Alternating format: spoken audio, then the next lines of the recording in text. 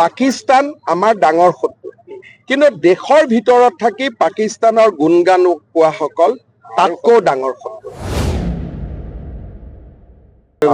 অসমৰ এজন সাংসদে 15 দিন সময় ইছলামাবাদত থাকি অহাৰ তথ্য অসম চৰকাৰৰ ওচৰত আছে। এই সংসদজনে পাকিস্তান দূতাবাসৰ লগত তেওঁৰ সম্পৰ্ক ৰাইজৰ সন্মুখত আছে। আৰু মই আজিয়ে কৈছো যে 15 দিন ভাৰত চৰকাৰক নোকোৱাকৈ ইছলামাবাদত থাকি অহাৰো আমি প্ৰমাণ পাইছো। গণশক্তি অসম ৰাভা যৌথ সংগ্ৰাম সমিতি আমি গোটেইবিলাকে একেলগে ইলেকশ্যন খেলিছো। ৰাভা আসঙতো আমি খুব ভাল ৰিজাল্ট দেখুৱাব পাৰিছো আৰু মই ভাবো যে এইবাৰ পঞ্চায়ত নিৰ্বাচনতো আমি চমকপ্ৰদ ফলাফল দেখুৱাবলৈ সক্ষম হ'ম। জম্মু কাশ্মীৰৰ কালি ঘটনাটো অসমৰ এটা ফেমিলিও তাক চাৰ্ভাইভ কৰি আছে। কৰিমগঞ্জৰ অসম ইউনিভাৰ্চিটিৰ তেখেত অধ্যাপক, মোৰ অফিচে তেখেতৰ লগত যোগাযোগত আছে। মই ভাবো যে তেওঁক আমি নিৰাপদে উভতাই আনিম। অৰুণাচলৰো বায়ু সেনাৰ সৈনিক এজনৰ যোৱাকালি এই ঘটনাত মৃত্যু হৈছে। আমি তেখেতৰ নশ্বৰ দেহু নিশা 11:30 বজাত আহি পাব। আমি ব্যৱস্থা কৰিছো যাতে সন্মান সহকাৰে তেওঁক আমি অৰুণাচললৈ পঠাব। এই নিৰ্দিষ্ট কাণ্ডটোক লৈ একাংশই ৰাজনীতি কৰিছে আৰু কোনেও এইটো কণ্ডেম কৰে নাই, যোৰহাটৰ সাংসদেই কওক বা কেন্দ্ৰীয় তেওঁলোকৰ অসমৰ এজন সাংসদে 15 দিন সময় ইছলামাবাদত থাকি অহাৰ তথ্য অসম চৰকাৰৰ ওচৰত আছে। আৰু এই সংসদজনে পাকিস্তান দূতাবাসৰ লগত তেওঁৰ সম্পৰ্ক ৰাইজৰ সন্মুখত আছে। আৰু বহুত কথা পোহৰলৈ আহিব।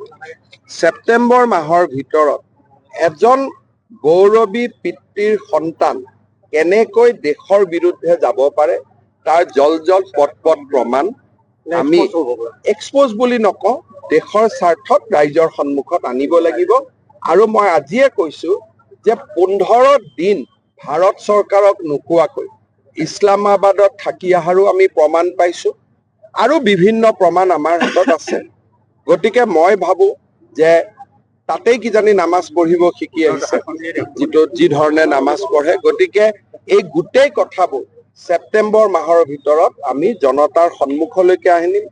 পাকিস্তান আমাৰ ডাঙৰ শত্ৰু, কিন্তু দেশৰ ভিতৰত থাকি পাকিস্তানৰ গুণগান কোৱাসকল তাতকৈ ডাঙৰ শত্ৰু। এই কথাটো আমি মনত ৰাখিব লাগিব। বাহিৰৰ মানুহজনক দেখিলে গম পাওঁ ই আমাৰ শত্ৰু, কিন্তু নিজৰজনক ঘৰত থাকিলে আমি গম নাপাওঁ এওঁ আমাৰ শত্ৰু। যি নহওক, বিভিন্নজনৰ সহায়ত আমি বহু দূৰ আগবাঢ়ি গৈছো। ছেপ্টেম্বৰ মাহৰ 30 তাৰিখৰ আগতে আমি প্ৰতিবেদন জনতাৰ কি আওতালৈ আহে নাহে সেই সময়ত দেখা যাব। কিন্তু বহুবিলাক প্ৰমাণ আছে আৰু বহুবিলাক বিস্ফোৰক তথ্য ৰাইজৰ সন্মুখলৈ আহিব। মই এছেম্বলিটো কৈছো, পাকিস্তানৰ লগত পৰিয়ালটোৰ সম্পৰ্ক স্পষ্টভাৱে আপোনালোকে দেখা পাব। তাত কোনো বিশ্লেষণৰ কোনো কথাই নাথাকিব। It will be black and white.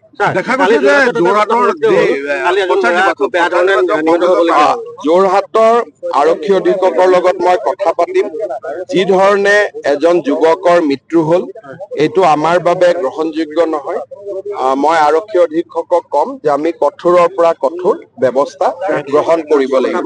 যোৰহাটত দেখা গৈছে যে কংগ্ৰেছৰ প্ৰাৰ্থীসকল পানী ধাৰণত পৰা অৱস্থা, এইটো কাৰণে মানে যিটো সাংসদ গৌৰৱ গগৈৰ কাৰণে এইটো হৈছে বুলি ভাবে বা সাংসদ গৰাকীৰ লগত দত্ত বুলি এজন মানুহ থাকে, তেওঁতো গোটেই গুৱাহাটীতে পইচা তুলি আছে ইলেকশ্যনৰ কাৰণে। যোৰহাটত পইচা আহিব লাগে বুলি গোটেই ধুনীয়াৰ পইচা তুলি আছে। এতিয়া পইচা প্ৰাৰ্থীসকলক দিছে নে নাই, এইটো প্ৰাৰ্থীসকলক দিছে নে নাই মই নাজানো, কিন্তু বিহুৰ সময়তে যোৰহাটৰ মানুহক কৰবাত চান্দা এটা দিব লাগে বুলি হুঁচৰি দল এটা আহিলে বঁটাখন আগবঢ়াই প্ৰণাম জনাব লাগে বুলিয়ে ইয়াত থকা নাই। এইবিলাক কথাটো মই ইলেকশ্যনৰ আগতো কৈ গৈছিলো, কাৰণ সৰুৰ পৰা মই দেখিছোতো।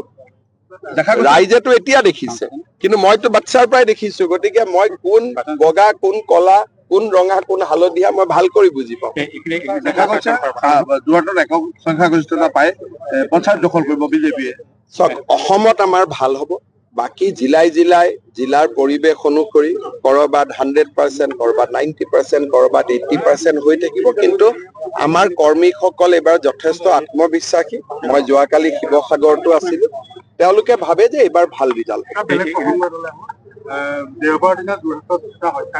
মই কলো ইতিমধ্যে যে মই এছপিৰ লগত কথা পাতিম, আমি কঠোৰতম ব্যৱস্থা গ্ৰহণ আমি ভাল ব্যৱস্থা ল'ম। আপোনালোকে অকণমান মোক সময় দিয়ক, মই হিতেন দায়ো মোৰ লগত কথা পাতিছে, আমি খুব শক্তিশালী ব্যৱস্থা ল'ম। কেবিনেট বৈঠকত আপোনাৰ যিখিনি কথা শুনা গৈছে সকলোখিনি মোটামুটি শেষ হৈছে, কিন্তু ইয়াতে আপোনাৰ যি জাজিমুখৰ দলং কথা কোৱা হৈছে, কিন্তু সেই কাম কোনো তাৰো কিজানি এষ্টিমেট চলি আছে, মই চেক কৰি ল'ম। কাম যি আছেতো গোটেইখিনি হৈ আছে, গতিকে